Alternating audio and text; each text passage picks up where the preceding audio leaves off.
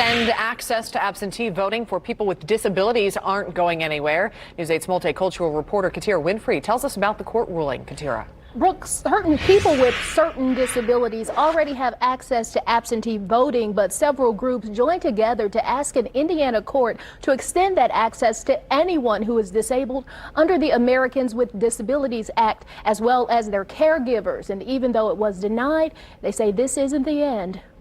A federal judge in Indianapolis has blocked a request that would have extended mail-in absentee voting to anyone who meets the Americans with Disabilities Act. Good news is we found out this morning that the plaintiffs filed notice to appeal. The Indiana Statewide Independent Living Council is one of 5 agencies to join the push to get it done. They argued Hoosiers with disabilities should have full access to no-excuse absentee voting because of the coronavirus. Some advocates say absentee voting would also be beneficial for voters with compromised immune systems. Our peers with disabilities are disproportionately at a higher risk of contracting COVID-19.